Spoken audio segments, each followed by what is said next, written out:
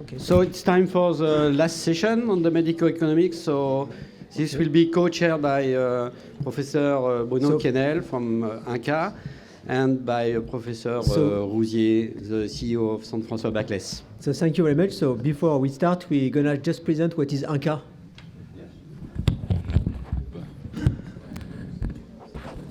So just to few words about INCA. So INCA is a French National Cancer Institute, and that's it organizes cancer about cancer care and cancer research in France, and it's also the head of the 10-year cancer fighting strategy that's stretched from 2020 to 2030.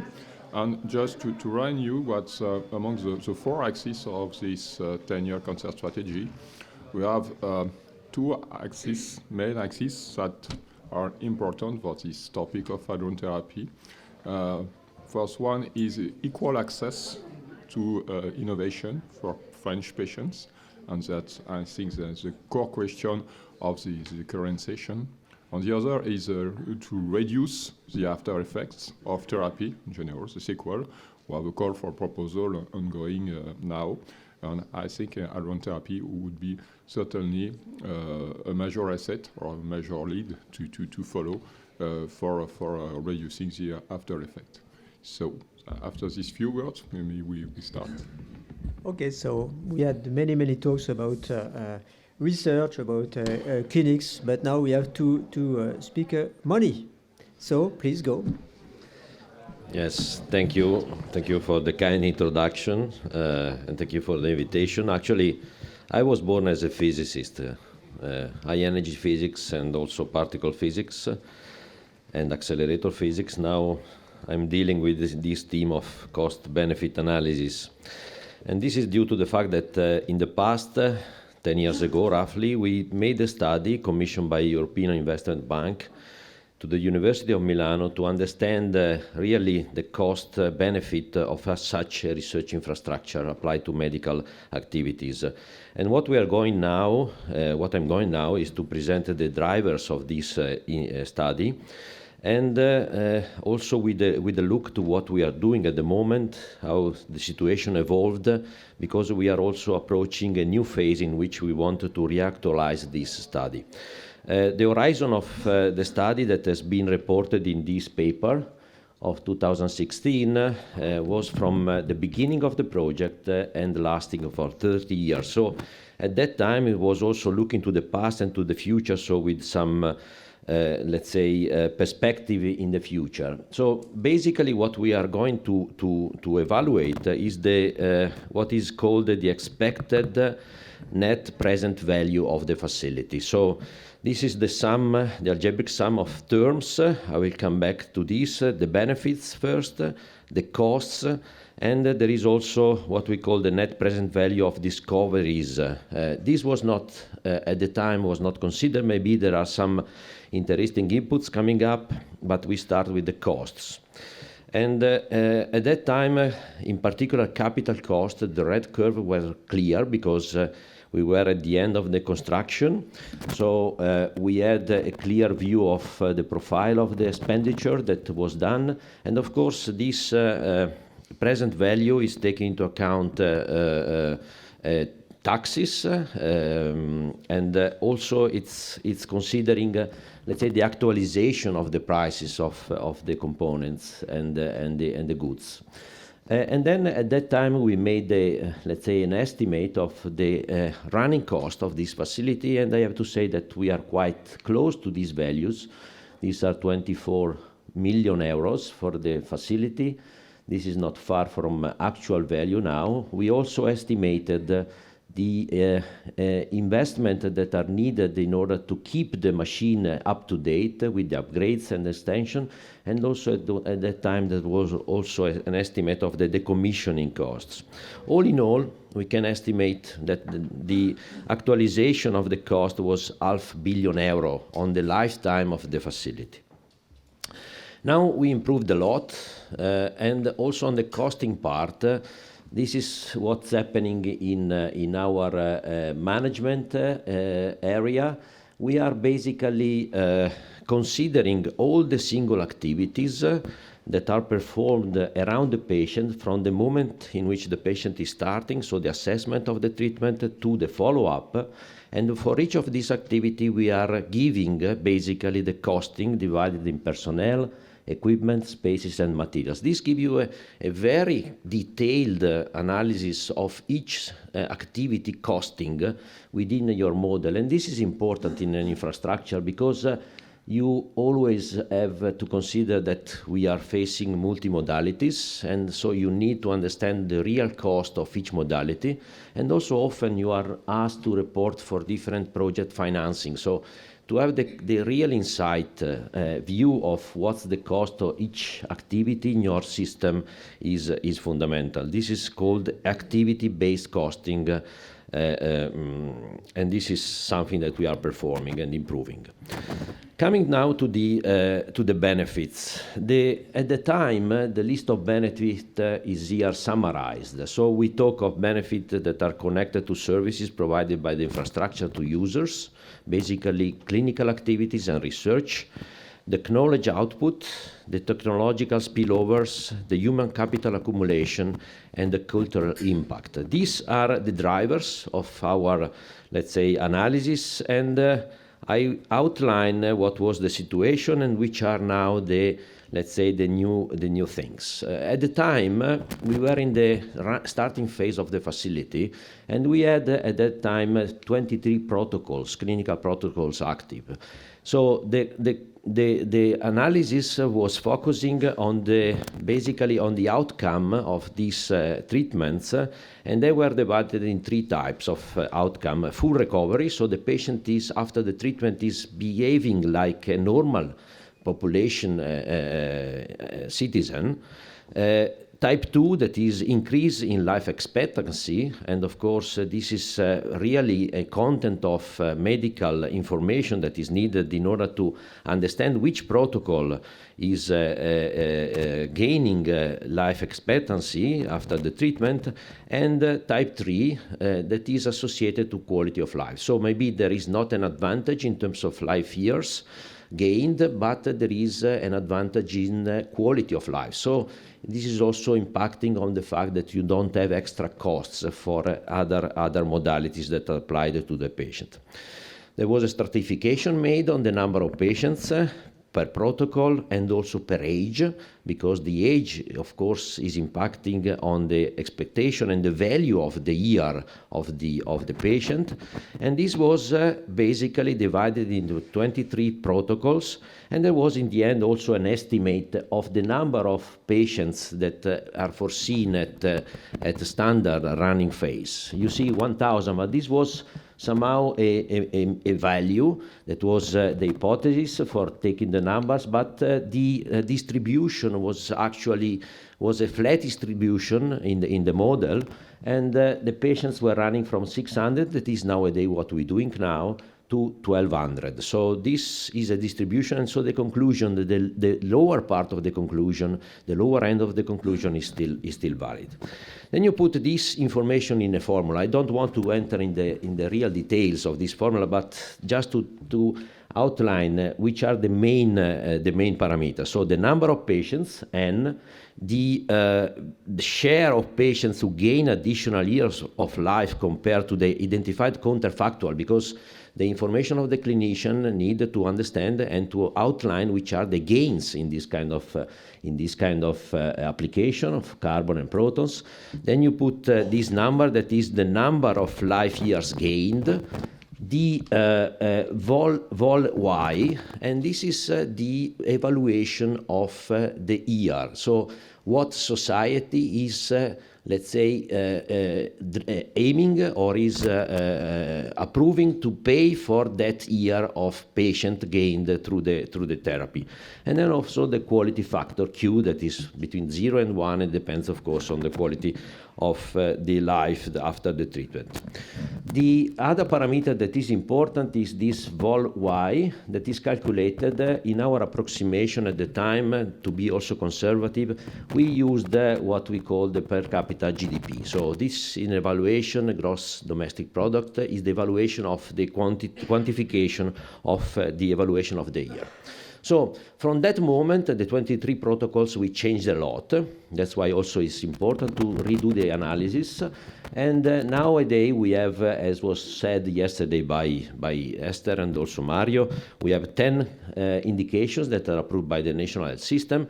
But of course, what is important is that we are gaining in numbers if we go toward carbon ions instead of mixed carbon and protons.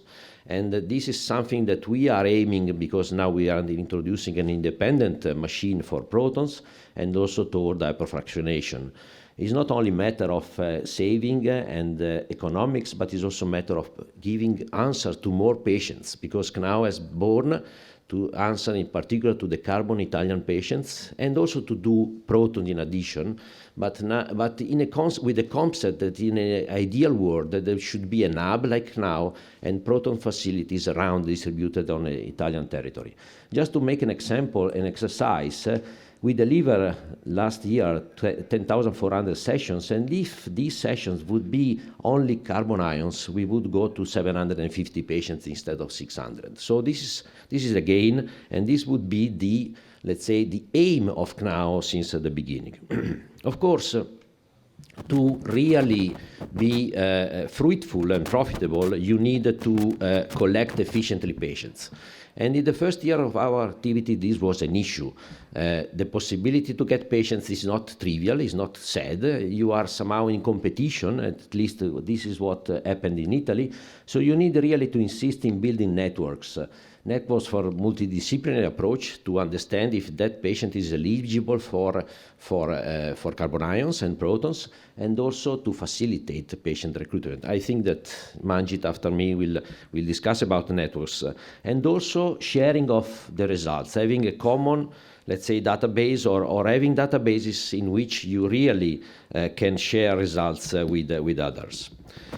Research is the second benefit. For direct use of the facility, we built an infrastructure together with INFN a few years ago, and last year we delivered more than 500 hours of beam time. Beam time, effective beam time, then there is also the preparation of the experiment. Experiments are ranging from radiobiology, detector developments, even space irradiation for radiation hardness, and this is for sure an important issue. And research is also giving the possibility, for example, to introduce novel technologies, and this is the net benefit that should come on that item that we didn't consider at the beginning. To have today an efficient and compact and cheap gantry for carbon ions would be really a gain also economically. The other advantage is knowledge output.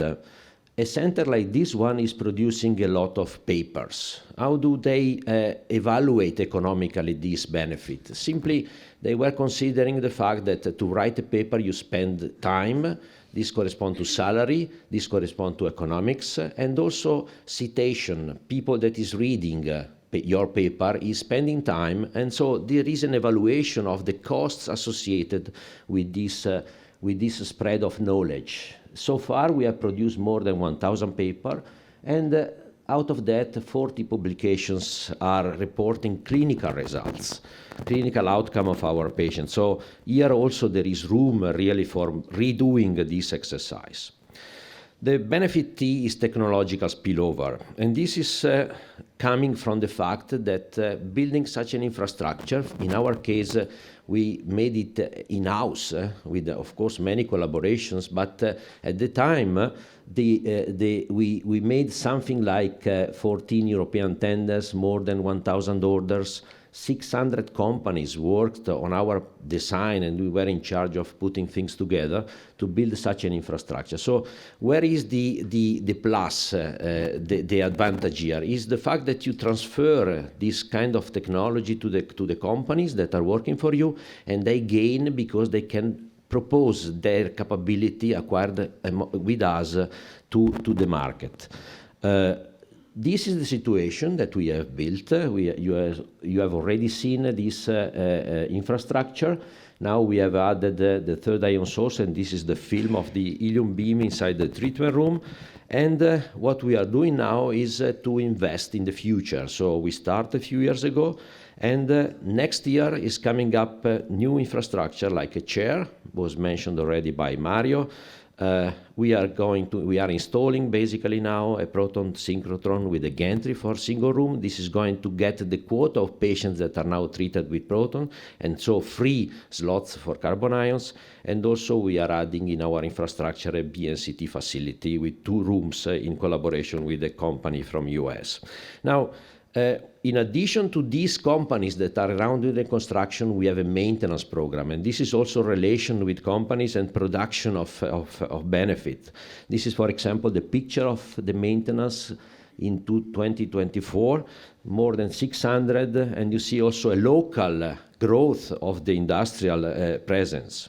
Spin-off, of course, is something that you have to evaluate. Detector that is producing devices for measuring the beam time characteristics has been one of our spin-off, and also the fact that your work can be helpful for others in order to save money in their growth. And this is, for example, through collaborations like for MedAustron. The last, not the last, but another important benefit is considering human being, human capital, people that is working in your facility. And such a facility is really an infrastructure that deserves a lot of competencies. In CNAO we have 170 people, but you see 19 disciplines. So there is a real wide spectrum of competencies, and I want to stress a point: transdisciplinarity, the capability to talk each other but to understand also the language of the other. This is important really to be efficient and when you build such an infrastructure. This capability, these competencies can be used for consultancy, can support other projects, other initiatives. That's why we opened last year a limited called CNAO Next to profit of this. And we are also investing in formation. A PhD course has been already mentioned, has been activated with the local university, and this is devoted to biomedical technology and humanities. And this is something that we invest in new generations, and how we calculate the benefit, as the fact that these competencies are giving them the capability to ask more money in their salary. And this is the net advantage of having this infrastructure active. Of course, we do also generic formation. This is also something, a plus that we should mention. These are, for example, the webinars and online learning that we normally do. And I want to steer your attention on the fact that more than 40,000 doctors attended these courses so far. So there is really a spread of knowledge that needed to be evaluated in this cost-benefit analysis. And the last point, but not less important, the outreach and cultural impact. This can be dimensioned and understood as the fact that the facility is a point of accumulation of interest of people that are not related to science or to medical world, but they wanted to see this novelty, this application of physics to medicine. We had, for example, we organized open days. Last year, during the maintenance, we opened the machine for 2 days, 4 times a year. We had more than 4,000 visitors. 21,000 people visited CNAO. You estimate the cost associated with the travel, with the eating, and so on, the hotels, and so on and so forth. And also the patients with accompanying people, they were estimated in 25,000. This is also turnover for the town that is hosting of course such a center. So in the end, summarizing all these informations, what we concluded at the time was that the mean expected net present value of the facility was 1.6 billion euros. So, and in particular, the range was between $500 million to 3.5 billion. So it was always positive. So such a facility, also from an economic point of view, is fruitful and sustainable, of course. So the conclusion is that it has been showed that to build CNAO, this was, I repeat, a request of the European Bank of Investment, is positive, and now that we have more data, we can redo the analysis. We actually are redoing the analysis, and also this is an important driver and the possibility for making new centers and demonstrating to politicians that this is worthwhile to do. Thank you very much.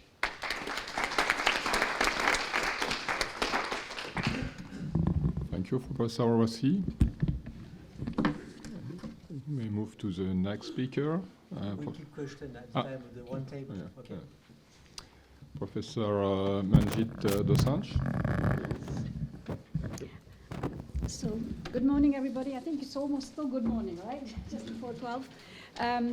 So, I was asked to talk about EU networks. So, networks is good. It's almost the last talk, because having listened to all the talks from yesterday morning to today, you realize how important it is, the networking, right? Because we've heard the topics all the way from accelerators, physics, clinicians, economics. So networking is very key. If you had asked me to give this talk, thank you, Jean-Louis, 20 years ago, it would be really easy, because there was only one EU network at that point, which we started. Now there are many, many networks, and I was thinking, you know, in networks it's all about being inclusive. And there are so many, I don't know how many they all are, so I decided to be safe and only talk about the networks that I'm involved in, because that way I know that I have something to say. But let me just start from the beginning almost, because you've been hearing about, of course, the Heidelberg facility, MedOstron, and CNAO. And I came from Berkeley in 2000, and you've heard the name Ugo Maldi, and perhaps you've heard PIMS and so on. And the PIMS study was presented by the SFRO group in MedOstron in Vienna. And we were very fortunate that at that point, that Jean-Pierre Girard was the president of SFRO, and Germaine Heron was his right-hand person. And after having heard, I don't see the pointer, but okay. So this presentation was made, and the idea was that we should actually have a France European Hadron therapy group. And when this was presented, and you know, we were really keen to work together. So the network, we applied for funding. It was the very last call of the EU in Framework 5 in 2001. And we launched the network in February 2002 at CERN before we got the funding. So it was really preempting what we were looking for. But the thing I want to show you is, so this is the CERN Council Chamber. The capacity is about 80 people. And at that point, we invited all the key people who were interested in hadron therapy. And we have the Swedish group, the Italian group, the French, the Germans. And so everybody was in that room. So we could actually all fit into one room. And now, 20 years later, we are talking about in Europe 2,000, 3,000 people. And so the reason I wanted to just point this out is that we've come a long way. Okay? But at that time, Sandro has just mentioned this idea of multidisciplinary, transdisciplinary, and so on. So the idea of this network, European Network for Light Ion Hadron Therapy, and you heard me make a light comment about this. We couldn't agree on the name because the physicists don't think, they think carbon is light. We biologists think carbon is heavy, okay? We don't know what a hadron is, but physicists wanted hadron. But anyway, so the ENLIGHT started. But the point of this was to create a common multidisciplinary platform for cancer and bring together a wide and diverse range of need and interests. And I would say that 20 years later, the interest and diversity of who wants to do what is even greater than ever before. because now we are in Caen, and you've heard how many patients Heidelberg has treated. Of course, the Japanese have always been on the forefront, so we've been looking to them a lot about advice from them. And, you know, and the idea was to think about in the same way we do for physics, identify challenges, share knowledge, best practices, harmonize data, training, education, innovate, to improve and lobby for funding. What's changed? Nothing really. Other than the fact there are more people involved in particle therapy, more people are interested, and there are more facilities. But this has always been our sort of mantra, and we are still carrying on doing that. But the thing that might surprise you is that in 2002, when we started, so we had Clatterbridge, we of course had our Curie in Paris, Nice, PSI, GSI was just starting, and the Berlin facility. And there were Uppsala, of course, the very first place to have treated a patient with particles in Europe after Berkeley 70 years ago. And then there were 3 centers in Russia, or USSR at that point. You see, times have changed, okay? And so this is where we were. And this is has been almost referred to by a few people. But when we started, there was the GSI project. CNAO was dreaming, Sandro. MedOstron had just been given they had just been presented the PIM study. Etoile at that point. There is Jacques. And the Baltic Center in Stockholm. And you know, the reason I put this up is there are lots of challenges in many things. In Stockholm, I mean, Uppsala was the first place where they had treated the patient. Stockholm has the population, all the clinicians, and there's always been a struggle as to where the center should be. I will not mention the politics of France because we are here, so I'll let you think about that. But it's always been really, really interesting that these centers are large, they are complicated, they are multidisciplinary, and you have to decide where they should be and what makes the most sense, okay? And that challenge hasn't gone away. And Sandro mentioned about the patients. Now, you already heard from Jacques that in France, it was a one-day survey from all over France, and that one day. The Austrian literature was done through the literature in Italy. So basically, we looked at all the partners from the ENLIGHT network and tried to estimate how many patients we are talking about. And remember, we're talking about 2002, 2003, so a while ago.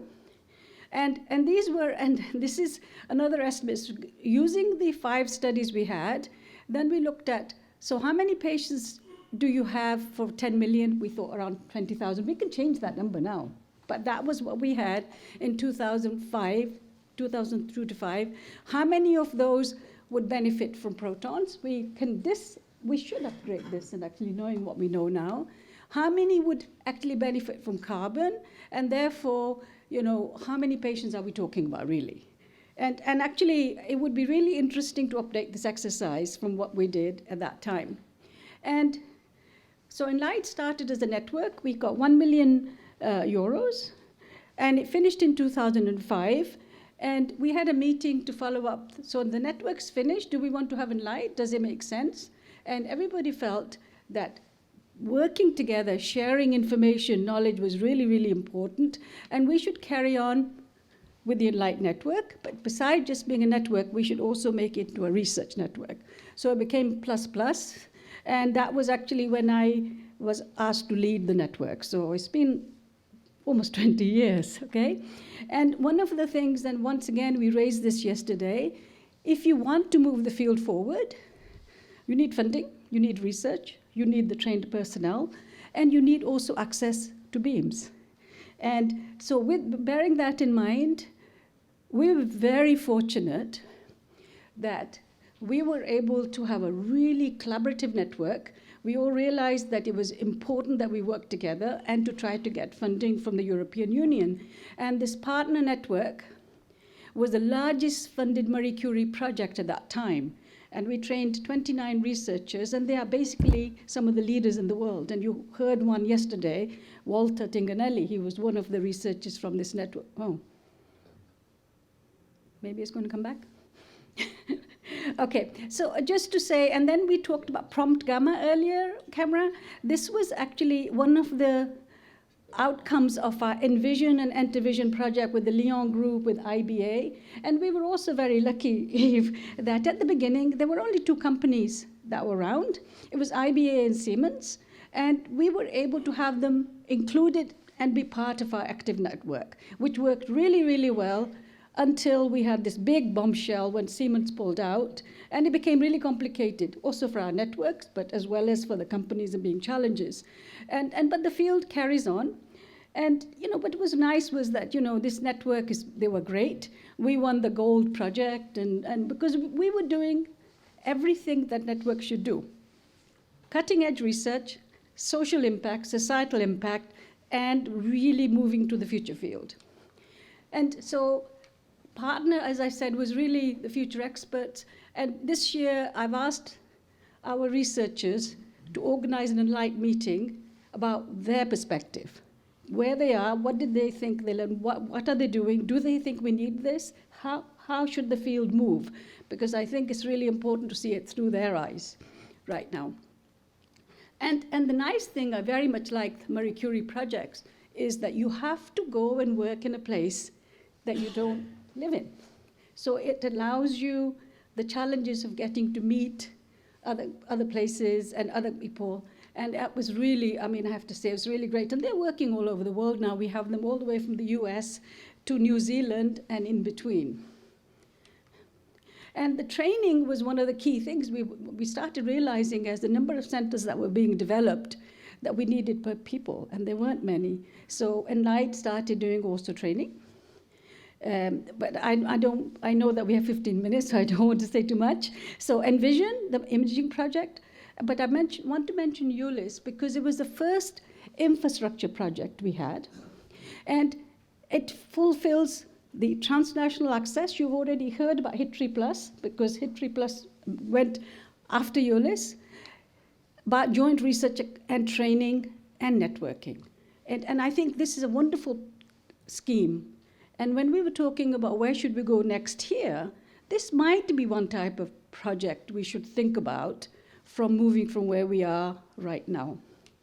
And it was after, as the ENLIGHT was going on, we actually now have the European Particle Therapy Network, led by Michael Baumann, Kai Grau, and Dietmar as well, Georg, who was one of our younger people in the ENLIGHT network at that point. And this happened here, and this is the very first meeting in 2015, and it continues. After ULIS and the EPTN was the INSPIRE network, another infrastructure project. The difference here was that it was for protons only. So ULIS was for carbon and beyond, but it was for protons only. But I think it's obvious from listening to everything I've been hearing yesterday and today, we need to be combined. You cannot separate protons from carbon or helium or anything else. So important that the next network includes all particles, okay? And this one is led by PSI, and I'm on the committee, but it was really with medical physics focus about real-time adaptive particle therapy, RAPTOR. And of course, HITRI+, which Sandro leads, is the follow-up, if you like, because we've come a long way since ULIS was in place. And here, look, we have CYCLHAD here and the Normandy Hadrontherapy project. So we are very happy that you've joined.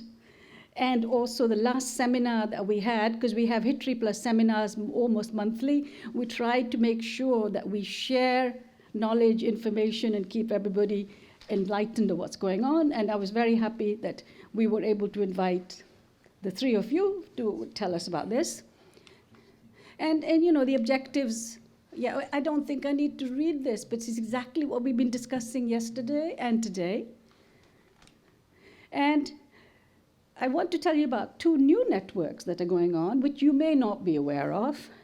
And that is, you know, this is the ENLIGHT map we drew a few years ago. So there's a gap up here, the Baltics, and the gap here, the Baltic region, Southeastern European region, because they don't like being referred to as the Balkans, because it's a diplomatic peninsula, shall we say.